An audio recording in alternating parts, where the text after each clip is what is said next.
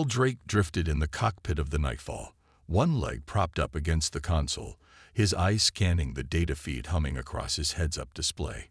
His ship, cloaked and silent, hovered just outside the debris shell of the shattered moon they called Worm's Teeth, a natural junkyard of broken satellites, pirate wrecks, and bones of old wars. He had 3 different bounty beacons tracking him from separate sectors, one from the Oryxian Guild, amateurs, one from the Talgarn Empire, relentless, and one from the Freelance Hunter Network, suicidal. But none had gotten closer than visual range before Nightfall either ghosted into slip space or turned into a razor-edged monster with teeth. He didn't mind being hunted. It meant people still remembered what humans were capable of. Target sweep complete, chimed the Nightfall's onboard eye, a voice smooth as molten silver. No contacts within 3 clicks. Tactical silence holding. Kale adjusted a dial on the control panel and pulled up the encoded message again. It had arrived 5 hours ago. Low-band whisper, no origin trace, encrypted with a key so old it was practically archaeological. Just a single word pulsing on the screen. Echo Art. He hadn't heard that name in over a decade. A location came attached. Deep space, nowhere near trade routes, planetary systems, or known jump gates. A dead zone. The kind of place people don't go unless they're hiding something or dying to be found. Kale sat up and cracked his knuckles. All right, he muttered to himself. Let's go see who's still dumb enough to whisper ghosts. The Nightfall pivoted on its thrusters, silent as a predator, and ignited into slip space. The thing about Cal Drake was, he hadn't always been an outlaw. Once, long ago, he'd been Captain Drake of the Terran Vanguard. Decorated, brilliant, dangerous. Then the brass asked him to fly a mission he knew was wrong. So he didn't. Instead, he turned his ship around, flipped off every channel, stole a prototype hyperdrive, and disappeared. That was 15 years ago. Since then, his legend had grown like wildfire. He was the pilot who evaded a Gruul swarm by flying through the tail of a dying comet. The smuggler who outran a patrol by using a black hole's spin to slingshot through folded space.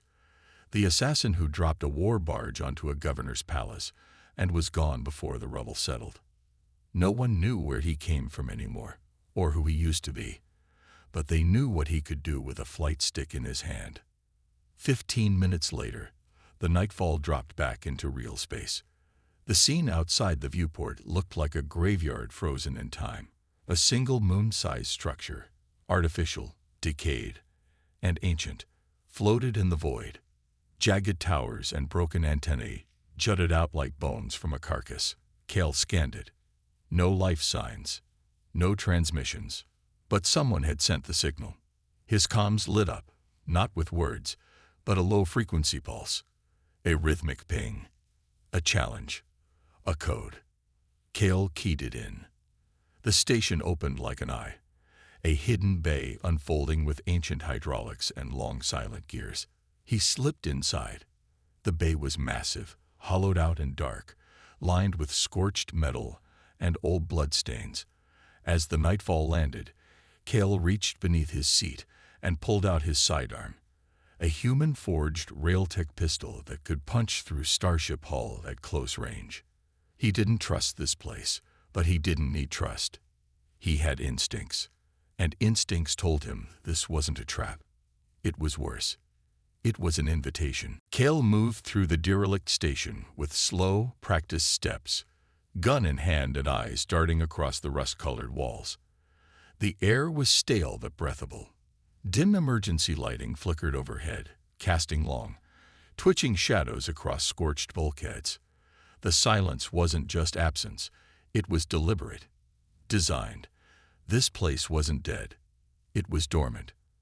At the far end of the corridor, a massive door stood partially open, hydraulics hissing faintly as if reacting to his presence. He stepped through into a circular chamber bathed in red light, the walls lined with long broken data terminals. In the center stood a table, real metal, scared by time, and around it, 6 figures. Cale raised his pistol, ready for a fight. But no one moved. They were all armed, all waiting. "Nice of the human to join us," a voice drawled. Deep, gravelly, and spiked with a Vrelian accent. Cale eyed the speaker. 7 feet of muscle and cybernetic enhancements, with a thick exo-chassis grafted to his spine. Torque, a pirate warlord wanted for vaporizing an entire mining colony after a trade dispute. Next to him, lounging on a crate like she owned the air around her, was Velsha Dre, ex-Rift Syndicate, turned rogue merc. Her twin plasma daggers hummed softly at her hips. Cale recognized them all. Every last one. 6 of the deadliest pilots, assassins, and tacticians the galaxy had to offer. And all of them had answered the same message. "Didn't think ghosts could talk," Cale muttered, lowering his pistol just enough to show he wasn't spooked. "Let me guess. EcoHeart called, and you all just came running like lost puppies." "Mock all you want," Velsha said, her smile sharp and dangerous. "You're here too." Before Cale could reply, the central table lit up. A hologram crackled into place, a planetary map, distorted and jittering. At its center pulsed a glowing core wrapped in layers of encrypted data. A synthesized voice echoed around them, ancient and fractured. Greater than the Heartspark core. Location: classified. Key required. 6 fragments. 1 final pilot. Cale's eyes narrowed. The Heartspark core. He hadn't heard that name since Earth fell off the star charts. It was legend, myth, even something whispered about in old war logs and black site intelligence. A prototype super tech developed by pre-collapse Terrans, rumored to manipulate gravity, time, and even mass. Power that could reshape the laws of physics, or break them. No one had ever found it, because no one was ever supposed to. "Who's running this op?" Torque grunted, glaring at the hologram. "This some Terran bait and switch. Because I don't chase fairy tales." Before anyone could answer, the lights went out. Total darkness. Then the screams started. Cale didn't think. He dove sideways, rolled behind a stack of crates, and activated his visor overlay. Thermal popped online just in time to see a silhouette drop from the ceiling. Thin, fast, and laced with glinting armor. The assassins were cloaked, almost invisible. And they weren't here to talk. The room exploded into chaos. Plasma bolts flashed. Daggers clashed. Torque roared, tossing one assassin across the room like a rag doll. Velsha vanished into the shadows, jewel blades dancing through the dark. Cale fired twice, clean shots. 2 attackers went down. He didn't stick around. This wasn't a bounty meet. It wasn't a job. It was a purge. Somebody had gathered all the galaxy's worst bastards in one place and tried to kill them all at once. But Cale Drake wasn't like the others. He didn't stay in the line of fire. He ran. Not from fear, from instinct. Because someone had just tried to erase the top killers in the galaxy. And now he was the only one left with a piece of the core. The planet Kelrath loomed below, a bruised swirl of crimson and violet storms endlessly clashing across a barren atmosphere. The sky was never clear here. It was a place of thunder, of acid rain, and electric death. Most pilots didn't come within 50 clicks of it. Those who did usually didn't make it back out. Cale Drake intended to do both. The nightfall descended through the turbulence like a spear through cloth, slicing between vortexes of ion-charged air. His hands moved across the controls with precise ease, compensating for wild shifts in pressure and gravity spikes. Lightning danced across the hull, and the cockpit rattled like it wanted to tear itself apart. The shard, the data fragment he'd pulled from the dead station, was humming again, reacting. Every time he pushed the nightfall harder, it glowed a little brighter. He didn't know why, but something in that code was waking up, learning him, or maybe remembering. He sat down on a craggy plateau just outside the storm hub known as the Bleeding Crown. It was there he expected to find the only being insane enough to live here, and smart enough to decode the shard. Moxtar. Smuggler. Black market tech dealer. Anti-human zealot with a cybernetic spine and a fondness for disembowelment. Kale had saved his life during a long-forgotten siege on Alvarez AX, back when they were both different men. It wasn't friendship that brought Kale here, just the closest thing to it he had left. The landing ramp hissed open into sideways rain and skyfire. Kale stepped out, cloak pulled tight, and walked toward the twisted metal spire jutting from the rocks like a rusted fang. It opened before he knocked. Of course it did. Inside was warm and stank of chemicals, grease, and something recently dead. Mox stood by a workbench, his back to Kale, 3 of his 4 arms busy welding something monstrous and illegal. "Thought you were dead," Mox grunted without turning. "You say that every time I show up. This time, I meant it." Kale stepped forward and dropped the shard on the table. Mox turned. His eyes, half mechanical, half reptilian, narrowed. "Where'd you get that? You ever hear of something called the Heartspark Core?" Mox's welding torch went silent. "Get out," he said flatly. "I'm not here for a fight." "No, but you're gonna bring one." Kale tapped the shard. "I need it cracked. You're the best slicer in 3 systems, and you owe me. I owed you once. I paid it.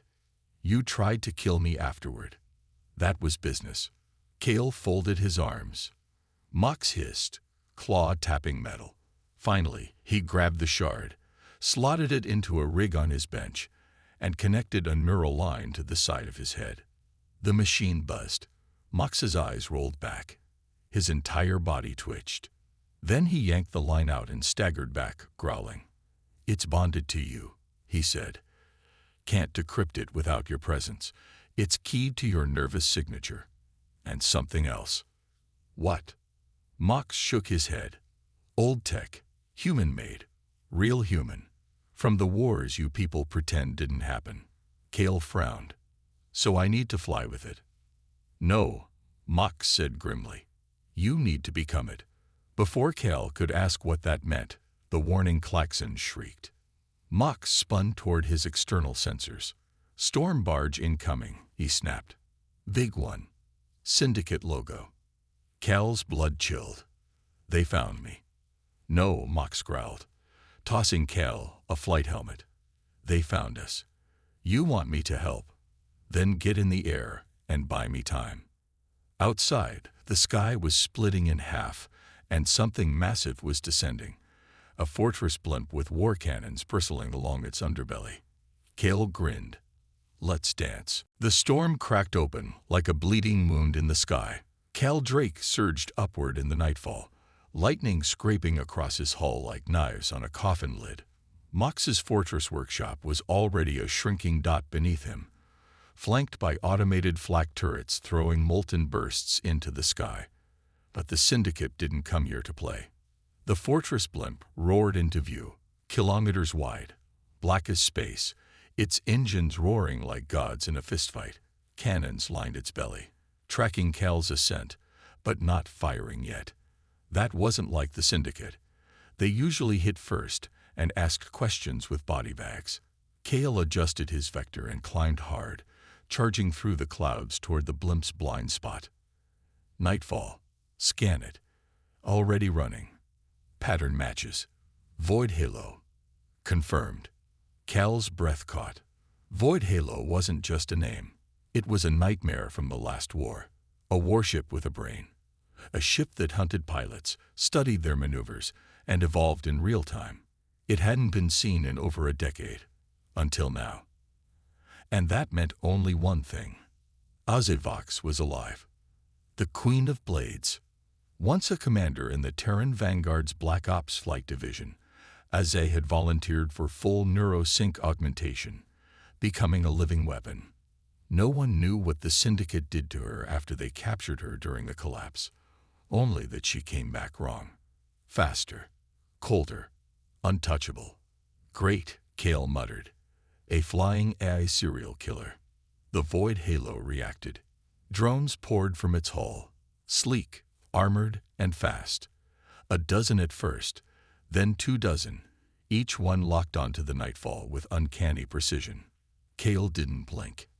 He flipped into a high-velocity spin, reversed his thrusters, and dropped under the swarm with a spiral only a suicidal man would try. He scraped through the lightning, losing 2 shields in the process, and came back up on their flank. 2 missiles fired. 1 hit. 1 didn't have to.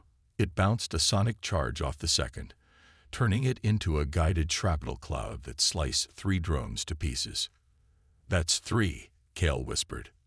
But they weren't slowing down. The Void Halo was watching him now. Learning. Predicting. Its pattern recognition algorithms were already adjusting the swarm's angles, shaving off milliseconds with every maneuver. "You feel that?" Cale muttered to the shard glowing in his dash. "They're sensing to me. Think faster." The shard pulsed.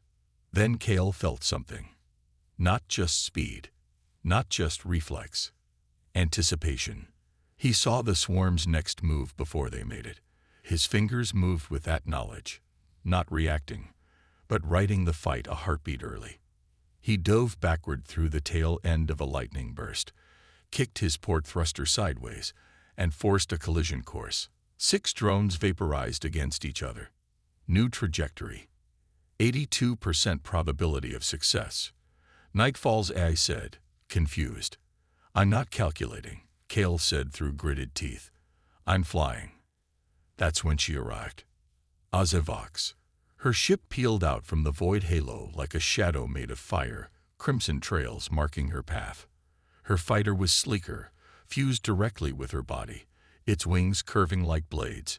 No engine hum, just presence. Cal's eyes locked on her as she approached. No comms, no threats, just a silent challenge.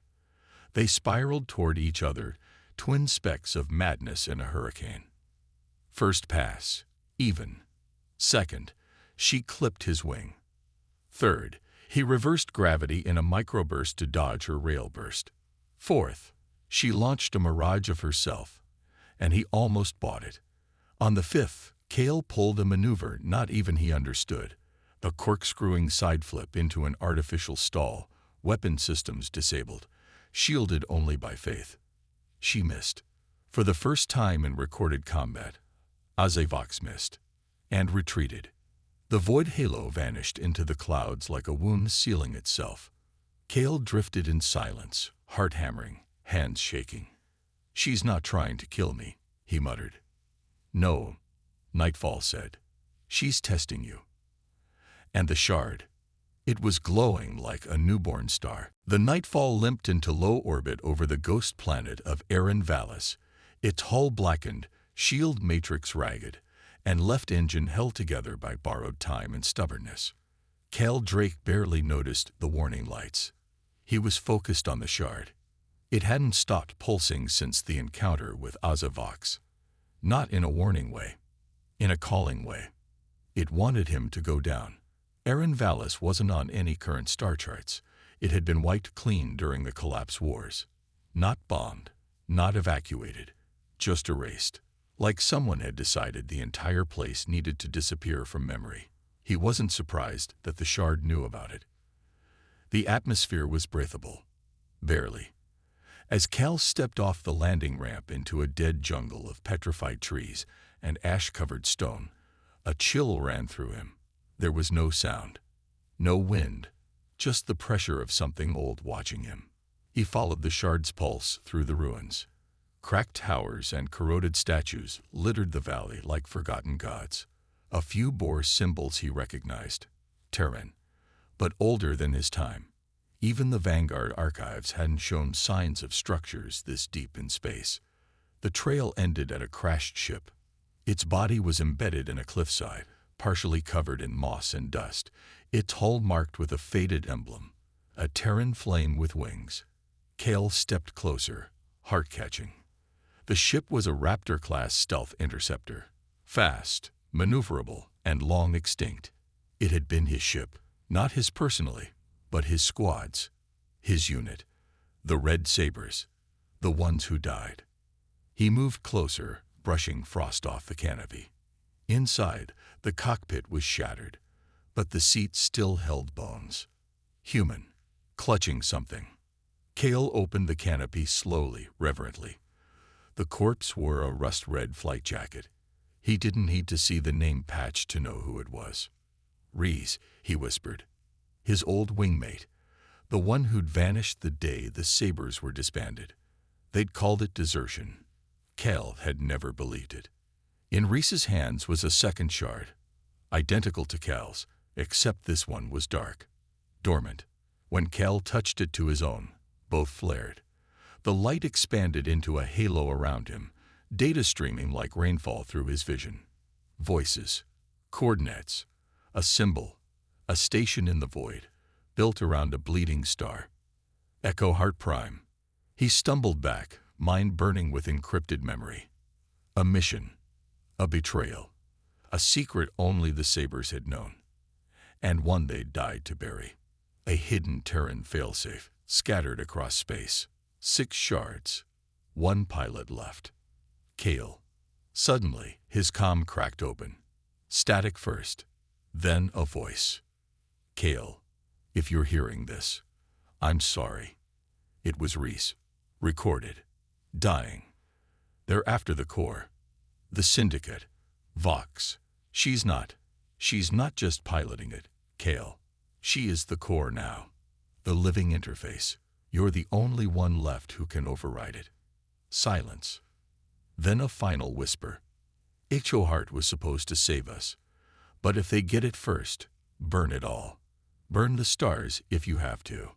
The message cut out. Kale stood there a long time, alone with ghosts and choices.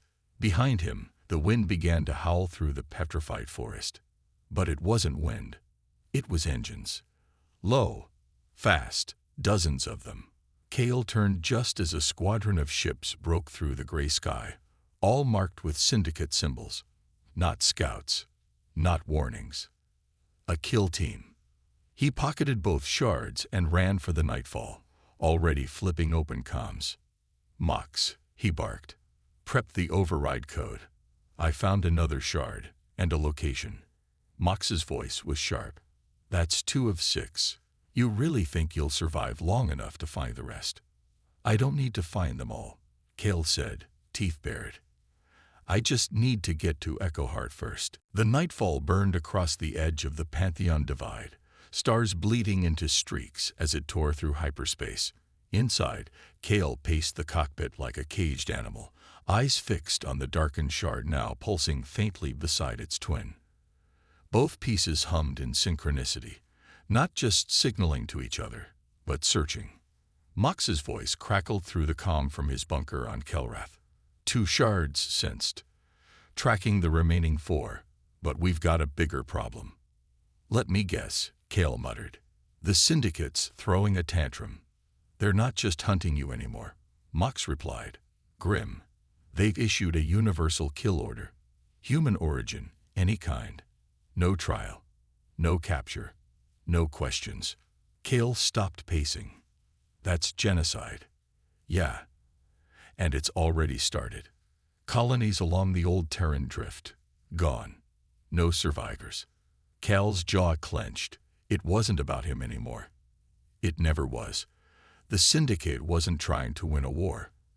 They were trying to erase a species, the only one with ties to the core's original design. Every human was a threat to their control. Every one of them was you. This isn't war, Kale said. It's cleanup. Mox continued, and there's more.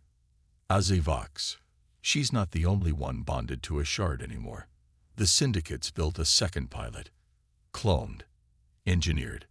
Cyber-wrapped. They're calling him Nulldrake. Kale froze. You're joking. They cloned you, Kale. Used old war logs, DNA from old Vanguard kill reports. He's faster, younger, and surgically loyal. He's you, without the humanity. Kale let that settle. His heart didn't race. It sank, because somewhere in the galaxy now was a weapon with his face, and none of his soul. He has a shard too. Yeah, Mox confirmed. They gave him one of the last pieces. That makes 3 on your side, 3 on theirs. It's a race now. Kale turned to the nav console and punched in new coordinates. Then it ends at Echo Heart. Coordinates locked. Nightfall's eye responded.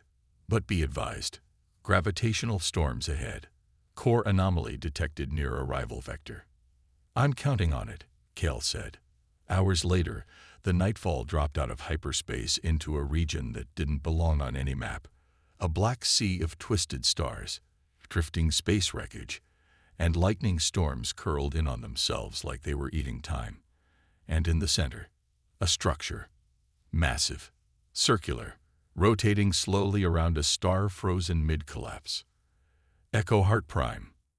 It wasn't just a station. It was a monument. A final Terran project built around the dying breath of a sun, using its gravity well to cloak itself from the universe. Scans show active systems, Nightfall said. No known Terran power sources match. Cal's comm lit up with a transmission. No ID. Just a voice. Cal Drake. It was him. Cale stared at the screen as a face identical to his own flickered into view. But the eyes were wrong. Too sharp. Too empty. Null Drake. You're late, the clone said, calm as death. The Syndicate's already here, and so am I. Cale didn't answer. I'll give you this much, Null continued. You're a good test run, but obsolete. You held the blueprint. I am the blueprint. Cale cut the transmission. Talk later. Fly now. Engines roared. The Nightfall surged forward toward the outer rim of Echo Heart, maneuvering through debris fields and lightning streams. Behind him, Null's ship, a perfect mirror of Cal's, peeled from the storm clouds in pursuit. Twin machines of war, built to outfly gods, now locked on a single course, toward the heart of a dead star. And only one of them would reach it alive. Echo Heart Prime loomed like a myth forged from steel and dying light. The station spiraled around the collapsing star in perfect precision, its ring-shaped superstructure crackling with faded Terran code etched deep into every segment. Arcs of energy flared from the star's exposed surface, licking across Echo Heart's shields with the fury of something that should have died eons ago. Cal Drake threaded the Nightfall through a narrow breach in the outer ring, his hand steady, his mind tuned to the rhythm of the shards now burning in his chest pocket. They pulsed in time with the dying star, heartbeat, and countdown all in one. Behind him, Null Drake followed. The cloned ship, a cold, spectral version of the Nightfall, stripped of character and optimized for speed, mirrored every movement with mechanical grace. Not improvisation. Calculation. He didn't hesitate. He didn't flinch. He didn't think. Cale knew this wasn't going to be a dogfight. It was going to be a war for identity. He veered toward the central spire of Echo Heart, where the old Terran override codes were said to be stored. If activated, they could shut down the core interface Vox used, even disable her ship completely. But there was no way the Syndicate would let that happen. And Null was here to ensure it didn't. Cale dropped into the inner docking ring, skidding sideways through half-shattered gravlocks. He leaped from the cockpit, shards in hand, sprinting into the silent corridors of the station. The walls glowed faintly with long-dead energy, flickering to life as he passed, sensing the presence of a Terran pilot for the first time in decades. Behind him, metal scraped. Cale spun. Null stepped from the smoke, helmet retracted, his face a perfect mirror. No scars, no aging, just cold, young precision. You shouldn't be here, the clone said. Cale held up the twin shards. Then stop me. Null moved like lightning. Their fists met in a burst of kinetic discharge, augmented by the shard's lingering charge. The fight was brutal, intimate, not just blows but reflections. Cale saw his own footwork countered, his own evasions mirrored. Every move was predicted, every advantage erased. But Null didn't feel, and that was his weakness. Cale let a punch land, staggered backward into a control panel, lured the clone in close. At the last second, he twisted the shard in his hand and slammed it against the console. The entire station screamed. Energy pulsed outward in rings. Ancient AI systems reawakened. Lights flared. The floor trembled as Echoheart recognized the command. Override protocols initiated. Null staggered, his systems flickering. "What did you do?" "Gave it a choice," Kale said. "Me or you." The shards in both of their chests flared, then snapped together, fusing into a single piece. Null gasped. His body twitched, overwhelmed. His programming couldn't adapt. The merged shard didn't accept him. Because it wasn't just about skill. It was about soul. Null tried to strike again, but his motion slowed, like he was fighting underwater. Kale sidestepped, grabbed the final override node, and slammed the shard inside. The station roared. A massive pulse tore through space. Kale felt it in his bones, a command signal older than empires, blasting out from Echoheart across the system. Somewhere in the void halo paused. Vox turned her head, and for the first time since her rebirth, she felt something impossible. Fear. Kale stood over Null's collapsing body. The clone twitched, fading. "You were fast," Kale said, "but you weren't me." As Null's eyes dimmed, Echoheart finished its transmission. Coordinates unlocked. A star map burned itself into Kale's vision. The final shard's location, Earth. And it was waking up. The Earth Cal Drake returned to was not the one from history books. It wasn't the blue cradle of civilization, thriving with cities and oceans, but a fortress planet veiled in storms and silence. The Syndicate had turned it into a tomb, shielded, forbidden, guarded by fleets that drifted like predators with no prey. But deep beneath its surface, something ancient still stirred. The final shard. Cal's ship, battle-worn, patched with desperation and willpower, broke atmosphere under cloak, punching through orbital jammers that pulsed like synthetic thunder. As he dove toward the planet's surface, the weight of the mission pressed on him like a second gravity. Vox was already here. She'd arrived minutes before, tearing through the Syndicate's own blockade like a god returning home. The void halo hovered above Earth's surface, engines humming in a low predatory frequency that made Kel's teeth ache. She didn't want the final shard. She wanted Kel to bring it to her and finish the war. The Nightfall touched down in the ruins of Old Geneva, once the heart of Terran diplomacy, now a skeleton of monuments and dust. Lightning cracked above, and from the shattered skies descended the Queen of Blades. Vox emerged from her craft like a shadow cut from blood and glass, her limbs fused with cybernetic wings, her eyes glowing with the fire of the core. She hovered inches above the ground, the air around her pulsing with gravity distortions. "Cal Drake," she said. No hatred, no warmth. The last pilot. Kale stepped forward, the completed shard in hand, its glow soft but relentless. "You started this war." "I became the war," she replied. "Humanity abandoned its future. I evolved." "You didn't evolve," Kale said. "You broke." She didn't flinch. "We both did. The only difference is you kept pretending you hadn't."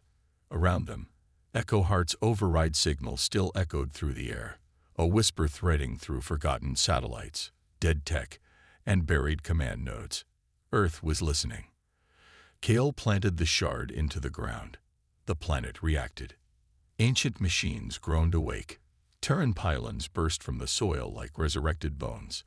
The golden grid snapped into the air around them, a world-spanning array of light. The true core of Echoheart wasn't the station. It was Earth itself. Azay struck without warning. She moved like fire and blade, all fury and grace.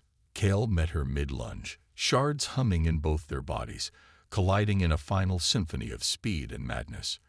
Their fight shattered the surrounding ruins, each impact rippling with core energy. For every strike she landed, Kale countered with memory, with grief and fury, and the unyielding will of a dying species that refused to go quietly.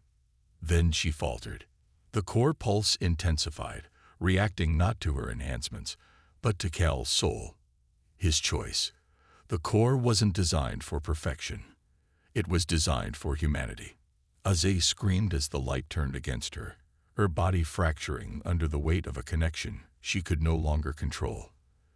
The Queen of Blades, weapon of the Syndicate, was undone, not by power, but by the very thing she'd abandoned. A heart. She fell in silence. Cal stood over her, every muscle trembling. Behind him, Earth began to change. The Terran grid reactivated. Satellites flared to life. Buried AIs rebooted across continents. A message pulsed out into the void. Core integrity restored. Humanity reinstated. Across the stars, the kill order failed. Syndicate ships stuttered. Their systems, once intertwined with the stolen core, began to fall apart. Cal climbed back aboard the Nightfall, bruised, burned, and barely standing. Mox came through the comm, breathless. The signal worked. You did it. You won. Cal stared at the stars above. No, he said. We survived. As the Nightfall ascended from Earth, a trail of golden light followed in its wake. And in that silence, across the dark sea of space, the universe watched as the deadliest pilot in the galaxy didn't just win a war. He brought humanity back to life.